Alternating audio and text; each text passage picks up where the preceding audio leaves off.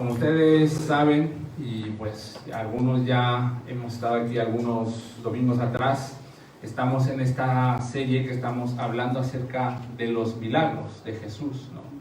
Y sin duda, cuando estamos topando o abordando estos temas, nosotros nos quedamos, como podemos decir, asombrados, ¿no? Por todas las cosas que Jesús hizo en su ministerio, por todo lo que refleja el poder de Dios a través de Jesucristo, ¿no? Y sin duda nosotros como que nos anima, nos impulsa a seguir a ese Jesucristo que tiene poder. Y sin duda, hoy vamos a ver un tema donde una vez más queda marcado esa diferencia que hay entre el poder de Jesucristo con los poderes de las huestes de maldad, como Satanás mismo. Hoy vamos a hablar acerca de Jesús, que es Jesús y el endemoniado, donde Jesús expulsa a un demonio. Y es importante entender esto, mis hermanos, que hoy vamos a abordar en el Evangelio de Marcos, que este Evangelio se caracteriza por revelar esta situación que se da entre Jesús y las huestes de maldad. Jesús mostrándose como el Hijo de Dios, donde muestra su autoridad y que realmente no tiene un opositor, en el sentido de que está el poder de Dios sobre todas las cosas y donde hay el sometimiento de parte de las tinieblas.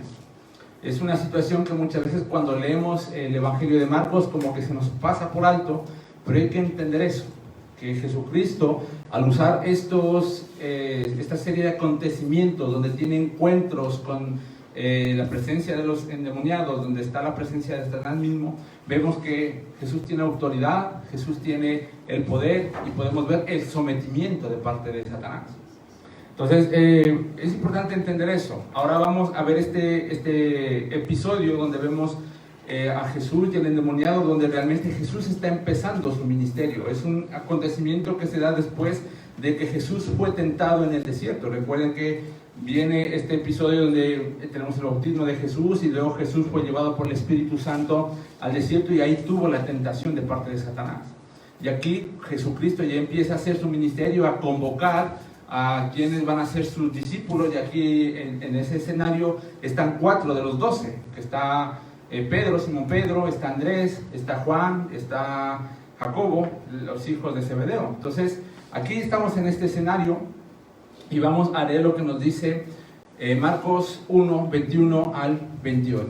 ¿Sí? Así que quiero que por favor me acompañen en sus Biblias y vamos a ver lo que acontece aquí en estos primeros pasos del ministerio de Jesucristo. Amén. Amén. Dice así: entraron en Capernaum. Recuerden que los discípulos que les mencioné con Jesús, ¿no? Y tan pronto como llegó el sábado, Jesús fue a la sinagoga y se puso a enseñar. La gente se asombraba de su enseñanza porque la impartía con quien tiene autoridad y no como los maestros de la ley. De repente, en la sinagoga, un hombre que estaba poseído por un espíritu maligno gritó. ¿Sí? Gritó, no habló simplemente, sino que gritó y dijo: ¿por qué te entrometes, Jesús de Nazaret? Has venido a destruirnos. Yo sé quién eres tú, el Santo de Dios. Jesús inmediatamente le respondió y dice: cállate. Lo reprendió Jesús: sal de ese hombre. Entonces el espíritu maligno sacudió al hombre y violentamente y salió de él dando un alarido. Todos se quedaron tan asustados que se preguntaban unos a otros: ¿qué es esto? Una enseñanza nueva, pues lo hace con autoridad. Les da órdenes incluso a los espíritus malignos y obedecen. Como resultado, su fama se extendió rápidamente por toda la región de Galilea. Muy bien, estamos hasta ahí muy bien, un poco entendiendo lo que nos enfoca este episodio. Sin duda, aquí podemos ver, ¿no? Que Jesucristo empieza su ministerio. Y una de las cosas que primero hace es irse a Capernaum, ¿sí? En la época de Jesús era una ciudad bastante importante por el comercio que tenía, por su tema de puertos, el tema de que manejaba el asunto del comercio marítimo. Entonces podemos entender que era una ciudad importante con mucha gente. Y aquí vemos en medio de esta ciudad, ¿no?, que hay Jesucristo. Dice que inmediatamente fue ¿a dónde? Cuando llegó el sábado fue a una sinagoga para poder enseñar. Si tal vez no conocemos el término de sinagoga, básicamente la sinagoga eran como grupos pequeños, ¿sí?, que estaban muy aparte de lo que era el templo. ¿Por qué? Porque básicamente aquí en las sinagogas se daba el asunto de poder enseñar las escrituras, enseñar lo que era en ese momento la Torá, ¿sí? No se podía hacer esto en el templo, porque el templo de Jerusalén estaba básicamente enfocado al tema de la adoración y los sacrificios. Entonces se utilizaba estas sinagogas. Recuerden que también Pablo, cuando hablaba acerca de acudía a las sinagogas para poder evangelizar, Jesucristo va con sus primeros 4 discípulos a esta sinagoga para poder enseñar. Sí, para que existieran estas sinagogas era según la ley, y lo que tendría que darse, tenía que haber por lo mínimo 10 judíos para poder conformar lo que era una sinagoga, ¿sí? Entonces aquí se viene a exponer realmente lo que eran las escrituras. Y en esta ocasión Jesucristo le toca enseñar. Enseñar porque había siempre una delegación, y por cuestiones que tenemos la providencia de Dios y todo lo que es la soberanía de Dios, se cree que se delega a Jesús esta tarea de enseñar, y bueno, Jesús aprovecha para mostrar quién es realmente, ¿no? ¿Y qué es lo que pasa aquí? Que dice que cuando entraron a Capernaum y llegó a enseñar, dice que la gente se asombraba de su enseñanza porque la impartía con quien tiene autoridad y no como los maestros de la ley. Entonces, en este sentido, en este primer punto que vemos de lo que está presentándonos este relato, vemos que la enseñanza de Jesús tiene autoridad.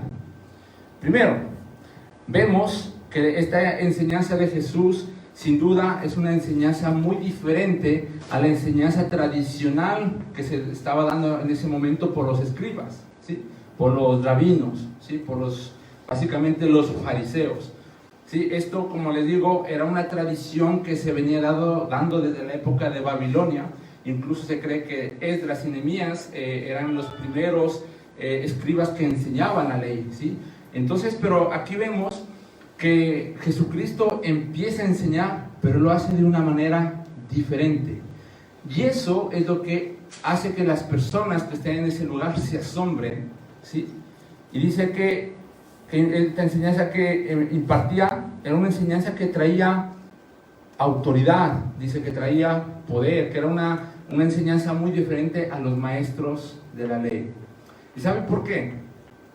Porque esta enseñanza de Jesús no es que era en un sentido diferente a lo que se enseñaba en la Torá, sino que tenía la autoridad porque estaba Dios mismo hablando, en un sentido de que era muy diferente a lo que los rabinos hacían, porque los rabinos se caracterizaban por citar, ¿sí?, ciertos puntos de otros rabinos, ¿sí?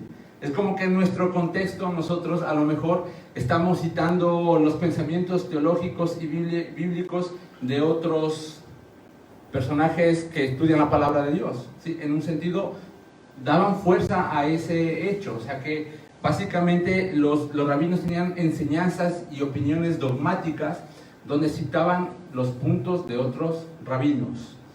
Pero Jesús lo hace diferente, sino que, ¿saben por qué? Porque Él hace una enseñanza absoluta y no arbitraria, ¿sí? Sus argumentos estaban bastante centrados y eran esenciales para la vida.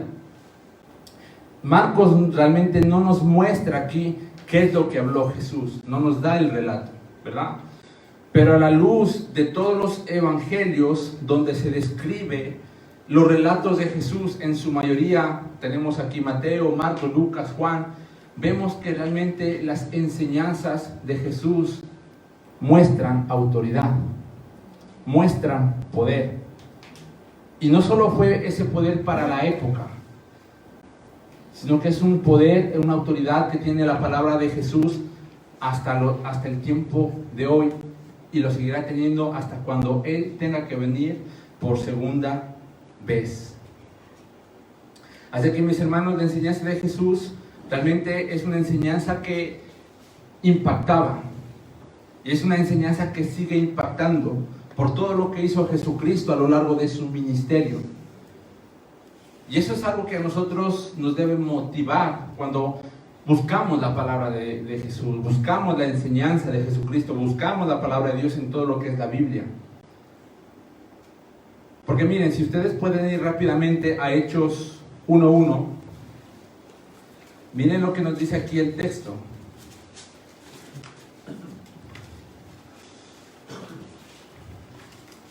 Dice así: estando Teófilo, en mi primer libro me referí a todo lo que Jesús comenzó a hacer y enseñar.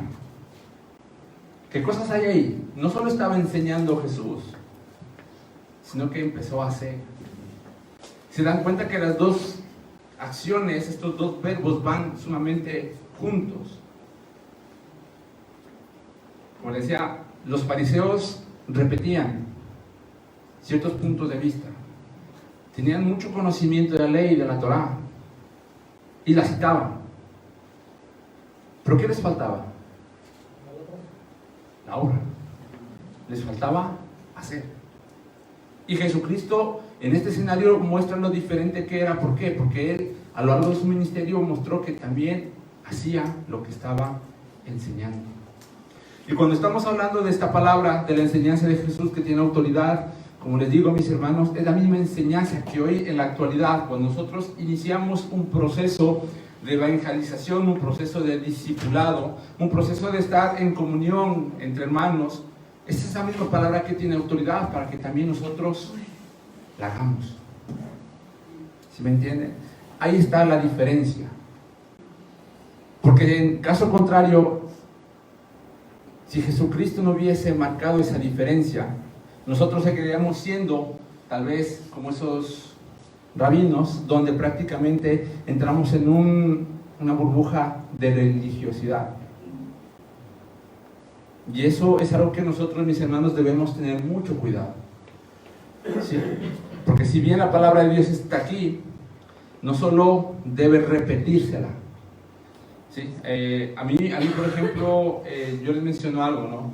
Yo he tenido una lucha bastante fuerte con el tema de la enseñanza de los niños y de la enseñanza de los adolescentes, cuando a veces, por ejemplo, yo he estado en una iglesia donde se decía, bueno, vamos a ir a un campamento, ¿no? Pero para que tú tengas el acceso a la beca del campamento, tienes que repetir de memoria lo que dice el Salmo 23 o el Salmo no sé qué. Y a veces es como que enseñamos a memorizar para pues repetir, porque yo me he topado con jóvenes que decían, a ver, dime tal parte, y me daba así, al pie de la letra lo que decía un pasaje bíblico, ¿sí? O un capítulo bíblico, me lo decía, pero hasta donde estaban las comas. Pero luego, en su momento del hacer, faltaba mucho. No había esa conexión. Y muchas veces esto tenemos que nosotros entender, que la enseñanza que aquí Jesús muestra que es diferente por eso mismo. Porque no nos basamos en la repetición, nos basamos en el que podemos también nosotros hacer. Y ese es un desafío que nosotros hoy tenemos que asumir, mis hermanos, y tener mucho cuidado. Yo veo, sí, a ver, no es que digo que esté mal, pero a veces vemos en redes sociales que se repiten fragmentos de versículos, fragmentos de lo que sea. Sí, está bien, pero muchas veces hay que tener cuidado de que no sea simplemente información repetida, sino que sea información que tenga testimonio. Amén. Y ese es un desafío. Y empiezo por yo. Porque esta palabra a mí me desafió. Porque a veces podemos tener el conocimiento de la palabra, unos más que otros, y a veces nos podemos estancar como los rabinos. Así que hay que tener mucho cuidado, mis hermanos. Así que no lo olviden. El primer punto es de este episodio que nosotros vemos hoy, donde Jesús se encuentra con el endemoniado, es esta primera instancia, que la enseñanza de Jesús tiene autoridad. Recordemos, esa autoridad, ¿por quién fue dada? Por el mismo Padre. ¿Se acuerda cuando hace unas semanas atrás hablaba acerca de la gran comisión, en que Jesucristo decía que el poder que él trasladaba a los discípulos era un poder y una autoridad que había recibido ¿de quién? Del Padre. porque venía con un propósito, venía con esa misión. Y para tener autoridad hay que ser fiel. ¿A qué cosa? A Dios mismo. Y en nuestro caso, para que nuestras enseñanzas tengan autoridad, mis hermanos, ¿a qué tenemos que ser fieles? A Jesucristo y a su misma palabra. Sí. Ahí empieza la autoridad de nuestro ministerio. En esa fidelidad, en el obedecer, en estar sometidos a la voluntad del Padre. Y si no, simplemente, como decía, son textos repetidos, que no tienen ni inicio ni fin, están por ahí sueltos. Pero si realmente nosotros queremos en nuestra vida, mis hermanos, enseñar con una autoridad, ya sabemos quién es el dueño de la autoridad, ya sabemos quién posee la autoridad y el poder: Jesucristo. Amén. Y más adelante, ¿qué es lo que dice? Después de que la gente se asombraba de su enseñanza porque impartía con quien tiene autoridad y no como los maestros de la ley, y dice, y de repente, de pronto, es como que en este momento Jesucristo está hablando y está en medio de nosotros, y de repente, ¿qué pasa? Por ahí dice que en la sinagoga un hombre que estaba poseído por un espíritu maligno gritó. ¿Qué dice aquí? Que el hombre que dice que estaba poseído por un espíritu maligno. Y gritó: ¿por qué te entrometes, Jesús de Nazaret? Has venido a destruirnos. Yo sé quién eres tú, el Santo de Dios. Primera cosa, ante esta situación, ante lo que nos está revelando las Escrituras, debemos entender algo: que nosotros no debemos pasar por alto de que estamos viviendo en un mundo caído, en un mundo donde se mueve la situación espiritual, donde hay demonios. Muchas veces se ha pensado, no, es que una persona no puede poseer, un demonio no puede poseer a un demonio. Bíblicamente vemos que sí. Cuando está la ausencia del Espíritu Santo en una persona, sí pasa eso, porque bíblicamente está escrito. Recordemos que el mundo en sí como tal está caído por el pecado, pero también asimismo está la influencia ¿de qué? De Satanás. Porque ¿de qué vino a rescatarnos Jesús? Así que es un asunto que nosotros en primer lugar no debemos pasar por alto. Y otra situación más: ¿dónde estaba el hombre? Estaba en ese momento, a lo mejor este hombre ya acudía a la sinagoga con muchos días de antelación, era costumbre ir. Pero ¿qué pasa? Aquí viene el segundo punto: la presencia de Jesús tiene autoridad, y es esa misma presencia de Jesús en ese lugar que molesta. El demonio que estaba en esa persona se molesta, como que se incomoda y grita. Y repito, ¿dónde estaba esta persona? En un lugar donde se hablaba de las Escrituras. Entonces, mis hermanos, eso a mí me llamó mucho la atención y reflexionar de que muchas veces podemos estar en la iglesia, pero muchas veces, ¿qué está pasando realmente en nuestra vida espiritual con Dios?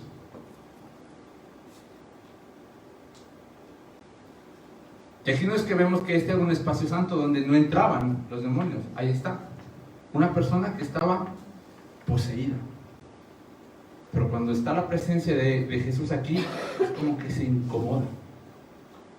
Eso es un asunto donde, bueno, no quiero entrar en un asunto más profundo y teológico para explicarlo, pero es simplemente para dar evidencia de que muchas veces podremos haber en las iglesias hermanos que estamos reunidos, pero no sabemos realmente quién es la persona que está alrededor de nosotros. Simplemente el Señor lo conoce. No sabemos realmente de los que estamos reunidos aquí quién es realmente cristiano, ¿no? Quién es el que ha nacido de nuevo, ¿no? Es una evidencia más. Pero ¿qué pasa? Jesucristo, en su poder y en la presencia que Él muestra, sin duda, Él va a sacar a la luz lo que aquí está revelando, ¿no? La incomodidad del demonio. ¿Por qué? Porque cuando Jesucristo empieza a enseñar su enseñanza con poder, el demonio se molesta, el demonio se incomoda. ¿Por qué? Porque en primer lugar, Jesucristo vino a destruir los planes de Satanás.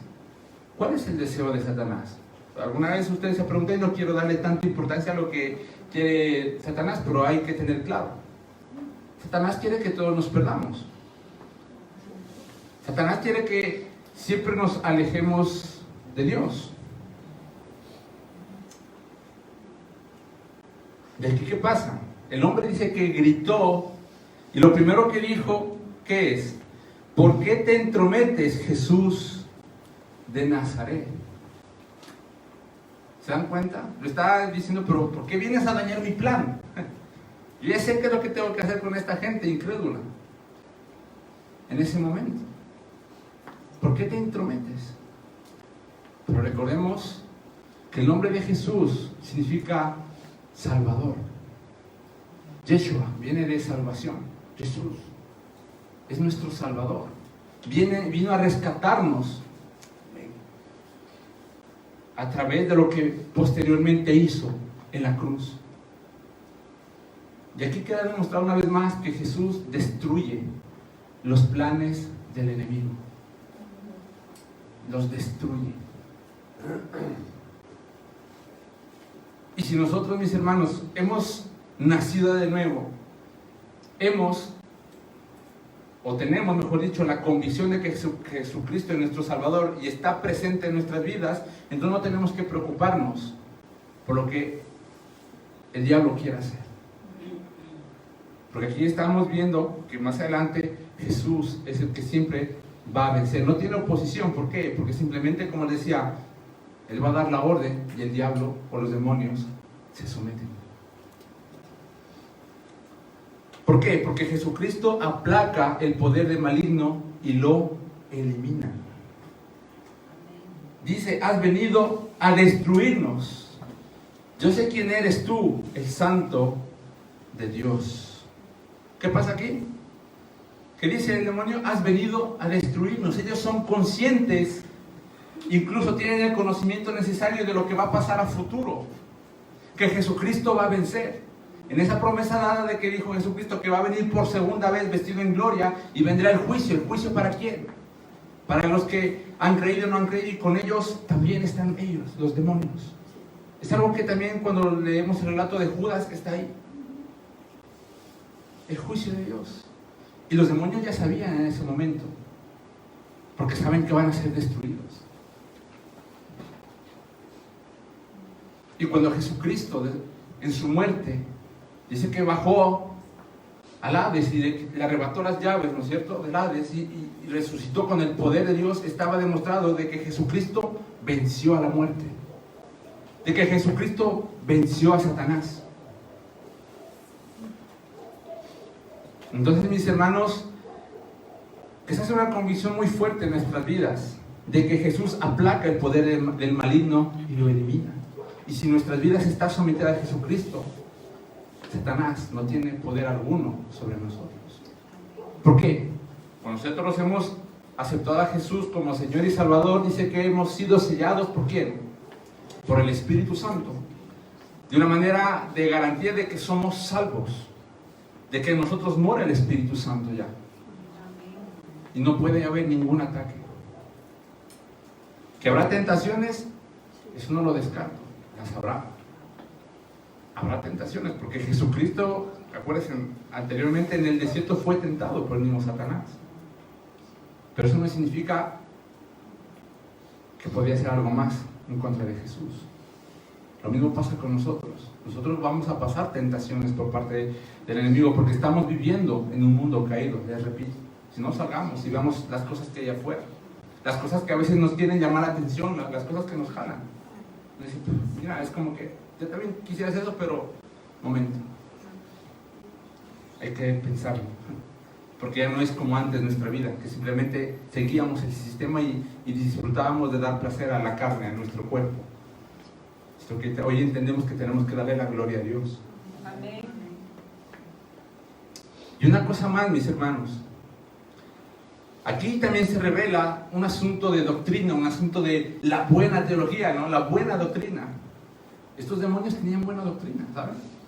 Al menos este demonio que estaba hablando aquí en nombre de los demás, porque aquí dice, has venido a destruirnos, habla en plural, ¿no? Porque vienes contra nosotros, ¿no? Tiene una buena doctrina, ¿saben por qué? Porque reconoce que Jesucristo es el Santo de Dios. Hasta ese momento incluso los mismos discípulos no entendían quién era Jesucristo. Pero ¿qué pasa aquí? Estos tenían buena doctrina, buena teología. Pero eso no significaba que necesariamente iban a ser salvos. Así que la doctrina, mis hermanos, como conocimiento, no salva. Ojo. La doctrina como conocimiento nos salva. Porque lo que realmente nos salva es que nosotros creemos en Jesús y obedecemos sus mandamientos. Si no, leamos Santiago 2:19, que es lo que nos dice aquí el texto. Si pueden buscar rápidamente en sus Biblias.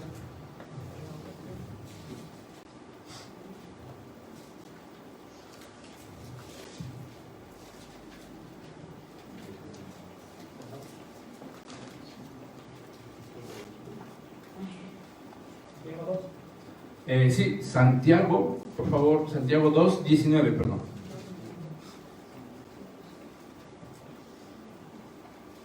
¿Ya lo tiene?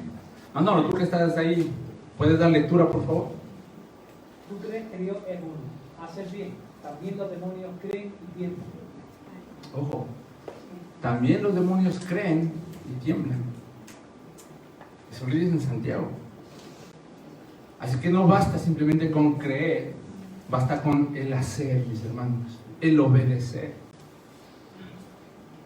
Por eso hay que tener mucho cuidado y hay que tener mucha alerta en nuestra vida de que no nos volvamos religiosos, de que no estemos aquí el domingo porque, no sé, son otras las motivaciones, sino porque realmente estamos obedeciendo a Jesucristo. De que en nuestra vida, si estamos hablando de la palabra del Señor afuera, es porque realmente la estamos viviendo. No es porque simplemente me la enseñaron y la tengo como conocimiento en la cabeza. Que la presencia de Jesucristo, como se muestra aquí, que revela la condición de un espíritu inmundo, que esa presencia también tenga autoridad en nuestra vida cuando hablamos, pero con nuestros hechos, con nuestros frutos. Y una cosa más, ¿estamos nosotros realmente identificados con Jesús? Porque aquí lo identifican, y en las dos partes. Primeramente me dice Jesús de Nazaret, ¿no? Es como que aquí hay un asunto donde cuando menciona a Jesús de Nazaret es como que lo quieren menospreciar, porque recuerden que Nazaret era un pueblito que estaba por ahí, pero asimismo, en esa condición, cuando dice Jesús de Nazaret, sabía la condición humana de Jesús, que era hombre, y que también más adelante menciona el santo de Dios, la condición divina. O sea, realmente la teología que tenían estos demonios era muy clara, sabían quién era Jesús y qué es lo que venía a hacer. Hasta ese escenario, para esto pues era bastante impactante. Pero para nuestro escenario es más impactante aún y más desafiante. ¿Saben por qué? Porque nosotros ya conocemos todo el relato de la historia de Jesús, de lo que vino a hacer y vino a prometer a cada uno de nosotros, a la humanidad. Y aún así, conociendo esto, ¿sabemos quién es Jesús? ¿Realmente estamos convencidos de quién es Jesús y qué es lo que vino a hacer? ¿O es que a veces dudamos? Es como que lo leemos, está la palabra, pero es como que a veces y es algo que nosotros debemos trabajar en nuestra fe y en nuestras convicciones, mis hermanos. Identificar quién es Jesús y identificarlo en nuestras vidas.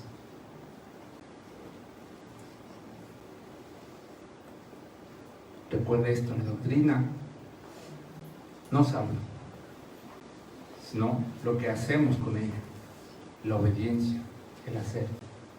Así que mis hermanos, recuerden este punto que estamos viendo aquí, la presencia de Jesús tiene autoridad. y recordemos lo que Jesucristo ha hecho ya. Y si nosotros tenemos una vida sometida a Jesucristo, no dudemos que Él tiene poder para hacer un milagro, que es lo que estamos viendo ahora y se viene más adelante. ¿Qué es lo que pasa aquí? Después de que esto sucede, dice que Jesús responde, ¿no? Y dice, cállate. ¿Qué dice Jesús al demonio? Cállate. Lo reprendió Jesús, sal de ese hombre. Entonces el espíritu maligno salió, sacudió al hombre violentamente y salió de él dando un alarido.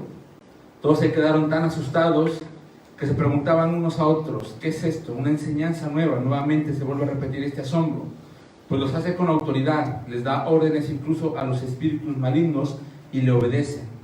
Dice que como resultado se extendió rápidamente su fama por toda la región de Galilea. Una vez más queda demostrada que la palabra de Jesús tiene poder. Amén. La palabra de Jesús tiene poder, esa misma palabra que está escrita en nuestras Biblias. Así que consideremos que las escrituras, lo que nosotros tenemos aquí, no es simplemente una buena redacción, no es una buena ortografía que tiene aquí, no es un buen libro, no, que es la palabra de Dios, la palabra de Jesús, que tiene, que dice, poder. Porque aquí dice, cállate. Cállate, lo calla, lo aplaca. En un sentido de esa época era como que lo amordaza, ¿no? No hables más. Lo reprende, inmediatamente le dice, sal de ese hombre. Dos cosas hizo, dijo, cállate y vete. ¿Se dan cuenta hasta dónde llega la magnitud del poder de la palabra de Dios? Y ese mismo poder que nos ha trasladado a nosotros, en un sentido en que no debemos estar haciendo espectáculo. Ojo, ¿por qué digo esto? Porque lamentablemente cuando se ha hablado el tema este de expulsar demonios, o en esa misma tarea de que Jesucristo nos ha dado ese poder, a veces lastimosamente ha habido una distorsión teológica, doctrinal, donde se tiene que hacer ciertos espectáculos, movimientos, rituales para expulsar un demonio. Y bíblicamente no vemos que Jesús no hizo nada de eso. Simplemente tener su palabra. Tener su palabra. Cállate. Y sale ese hombre. Y dice que entonces el espíritu maligno sacudió al hombre violentamente y salió dando un alarido. ¿Qué vemos aquí? ¿Acaso Satanás hizo algo para decir, voy a luchar contra ti, Jesús? ¿Qué hizo? Se sometió, obedeció y se fue. Claro, dando al hombre que estaba ahí ciertas convulsiones. Aquí dice que lo trastocó, le hizo de todo, para que yo saber, tal vez asustar a la gente que estaba en ese momento. Pero se somete. Y otra cosa más, ¿y por qué lo manda a callar? ¿Acaso no era bueno que el demonio siga hablando bien de Jesús? ¿Por qué? Porque Jesús no necesitaba la ayuda de Satanás para que se entendiera que Él era el Hijo de Dios. Porque los mismos hechos después mostrarían y siguen mostrando que Él es el Hijo de Dios. Hechos que muchas veces en el mundo no entendemos y dudamos. Y seguimos creyendo en otras cosas, menos en Jesús. Seguimos poniendo nuestra fe en otras cosas, menos en Jesús. ¿Se dan cuenta? Para revelar la condición en la que vive el mundo caído. Pero una vez más vemos la autoridad de Jesucristo sobre las tinieblas. El Señor no suplica, sino que ordena. Así que podemos entender más, una vez más, que el diablo no tiene poder alguno sobre la obra de Jesucristo. Y si nosotros estamos bien conectados con Jesús, realmente estamos viviendo su palabra en nuestras vidas, encarnados, el maligno no tiene poder alguno sobre nosotros. Así que no diga que es el diablo el que nos está, no, Porque muchas veces incluso las pruebas, las circunstancias que podemos tener en nuestra vida provienen de Dios para aumentar nuestra fe. Eso lo vemos en Pedro, lo vemos en Santiago, donde están las pruebas, ¿no? El crisol, donde ¿se dan cuenta? Recuerde eso, porque al final de todo lo que nosotros vamos a vivir como cristianos es entender que el poder de Jesús está sobre todas las cosas. Y cuando usted se acerque a la Escritura, recuerde, esta Escritura tiene poder. Mira, mañana Lourdes me decía, hay que orar, con más fuerza, ¿no? Sí, es el poder de Dios que está ahí. Entender que cuando leemos la palabra y que nos ha dado Jesucristo una esperanza de vida, una esperanza de salvación, entender que eso tiene poder y que se cumplirá. No lo dude. Cuando la palabra dice que la voluntad de Dios es buena, agradable y perfecta, es palabra de Dios que tiene poder. Así esa voluntad que es perfecta no va con nuestros deseos, con lo que nosotros queremos, anhelamos, pensamos hacer. Porque Jesucristo dice, no, esto no es bueno para ti, te pongo acá, o te quito esto y te pongo esto. Y nosotros decimos, ¿por qué, Dios? Porque su palabra tiene poder para cumplir su propósito en esta tierra. Porque al final de todo, mis hermanos, ¿por qué estamos aquí? ¿Acaso estamos aquí porque queremos recibir la bendición económica, financiera, de salud aquí en esta tierra? Si es así, estamos equivocados en interpretar lo que es el Evangelio. Porque si nosotros pensamos de esa manera, estamos equivocados en que vamos a vivir plácidamente en esta tierra. Si estamos siguiendo a Jesús y hemos seguido a Jesús y entendemos el Evangelio, mis hermanos, entendemos que lo que nosotros vamos a vivir no es aquí, esa plenitud no es aquí en esta tierra, es en la eternidad. Porque para allá caminamos. Hacia allá apunta nuestra fe, la eternidad. Porque lo que está aquí, mis hermanos, hoy está, mañana no. Así que no olvide que la palabra de Jesús tiene ese poder. ¿Y qué dice más adelante, no? Nuevamente se asombraron por esta enseñanza nueva que lo hace con autoridad, ¿no? Se asombraba de que realmente Él era el Hijo de Dios. ¿Por qué? Porque daba órdenes y los espíritus malignos le obedecen. Para ellos era una situación nueva. Pero ahí está Jesucristo mostrando una vez más de que Él era el Hijo de Dios. Y ¿saben una cosa? Que ni aún así, viendo lo que vieron, muchas personas de esa época no creyeron en Jesús. Eso es increíble. A pesar de lo que vieron, que lo que hizo Jesús, decidieron no creer. Y una vez más, vemos hasta dónde está nuestra fe puesta nuestros ojos en Jesús. Más adelante dice, como resultado, su fama se extendió rápidamente por toda la región de Galilea. Mis hermanos, cuando estamos hablando de la fama de Jesús, debemos tener cierto cuidado, digo yo. Porque a veces queremos seguir a Jesús porque queremos recibir algo a cambio. El milagro. ¿Saben? Estamos hablando de la serie de milagros, donde Jesús, como digo, muestra el poder. Pero nuestra convicción de fe no debe buscar lo que Jesús, o lo que yo deseo que Jesús haga en mi vida, sino lo que yo quiero darle a Jesús, mi vida, mi corazón, mi adoración a Él. Se cree que otro de los motivos por lo que Jesús manda a callar a este demonio es porque no quería que realmente se distorsionara esto, porque es muy fácil cuando vemos, por ahí no, nos emocionamos y seguimos por emoción. Pero realmente no se está siguiendo ahí a la persona, la autoridad de Jesucristo. Por eso incluso cuando Jesús sana a un enfermo, le dice, anda, pero no digas nada, cállate. Todavía no menciones nada. Porque Jesucristo sabía. Y muchas veces debemos nosotros tener mucho cuidado. ¿Estamos siguiendo a la fama de Jesús por lo que hizo? ¿O realmente estamos siguiendo a la persona de Jesús por lo que nosotros le vamos a dar a Él? Hay que tener eso muy claro en nuestras vidas, mis hermanos. Así que para ir terminando, simplemente pensemos en este escenario. el poder de Jesús, la autoridad que tiene Jesús, lo que Jesús ya hizo, lo ha prometido y volverá por segunda vez. ¿Y qué es la situación en la que nosotros debemos vivir como creyentes, como hijos de Dios? Jesús tiene la autoridad y potestad para hacer cualquier milagro. Incluso debemos echar fuera a los demonios, aplacar y destruir la obra de Satanás. Pero en medio de todo esto, como mencionábamos, está primeramente la enseñanza de Jesús.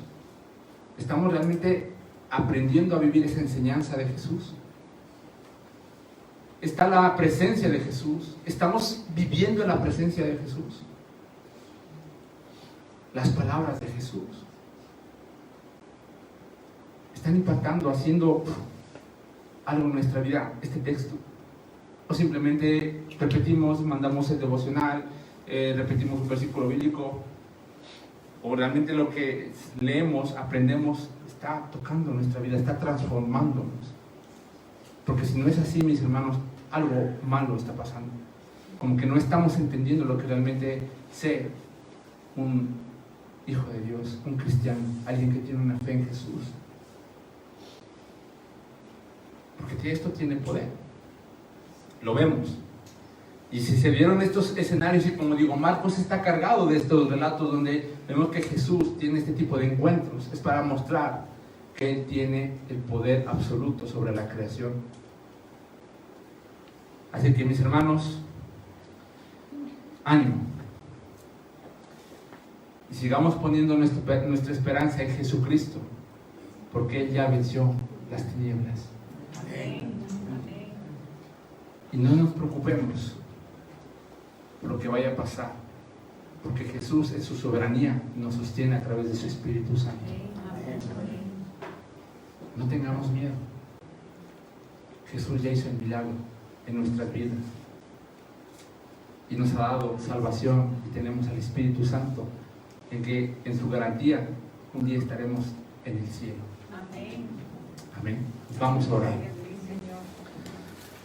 Señor Jesús, te damos gracias a ti, Señor, primeramente por tus enseñanzas, Padre.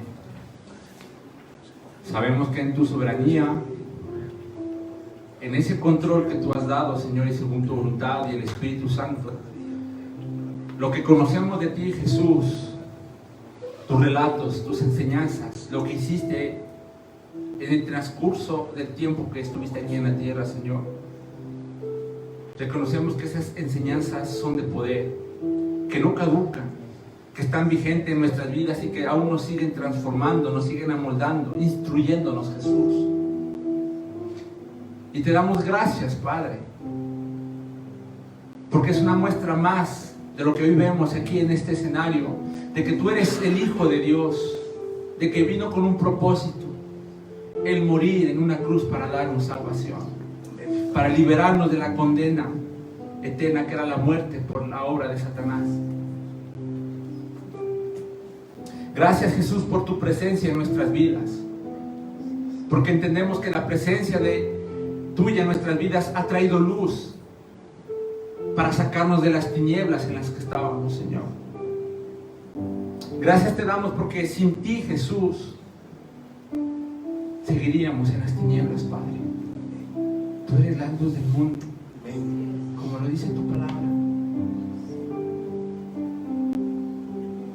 Gracias por darnos la oportunidad de creer en ti, Jesús, y entender que bajo tu protección estamos a salvo de la obra del enemigo.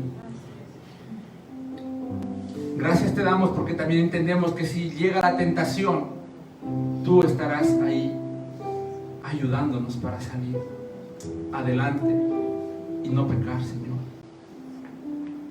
Gracias te damos por tu palabra, Jesús, porque es lo más valioso que puede tener la humanidad. Tu Sagrada Escritura, Jesús, tus relatos, tus testimonios, Jesús. Ayúdanos a entenderlo, Señor, tu palabra que tiene poder, y sobre todo, como tú lo hiciste, siempre poniendo por delante el hacer. de tu enseñanza, Jesús. Que asimismo nuestra vida sea de un caminar donde podamos siempre hacer las cosas. Y que si nosotros de domingo a domingo, en las células, en los estudios bíblicos, nos alimentamos de tu palabra, Jesús, que la podamos obedecer y hacer. Tal vez no es fácil, tal vez luchamos, porque luchamos contra nosotros mismos, porque a veces somos nuestros propios enemigos. Pero te pedimos, Señor, que tú nos ayudes, Jesucristo. Una vez más, yo te doy gracias, Padre, porque la convicción de fe que tú nos has dado es una fe puesta en ti, Jesús, donde vemos el cumplimiento de toda promesa en la eternidad y no aquí en la tierra, Jesús. Gracias por darnos la salvación, Jesús. Y ayúdanos a trasladar siempre tu mensaje, tu palabra, a aquellos que aún no la conocen, Señor. Yo te doy gracias por la iglesia, gracias por la vida de cada hermano que hoy está aquí, Señor. Y que tú seas bendiciéndonos en todo momento, Padre. Y sobre todo, que podamos siempre entregar nuestra vida a ti, en la manera en que tú nos hiciste, en darte a ti la adoración completa, sin esperar nada a cambio, Jesús, sin ningún interés, simplemente entender que tú te mereces nuestra adoración porque eres Dios, Jesús. Yo te doy gracias una vez más y oramos en tu santo nombre. Amén.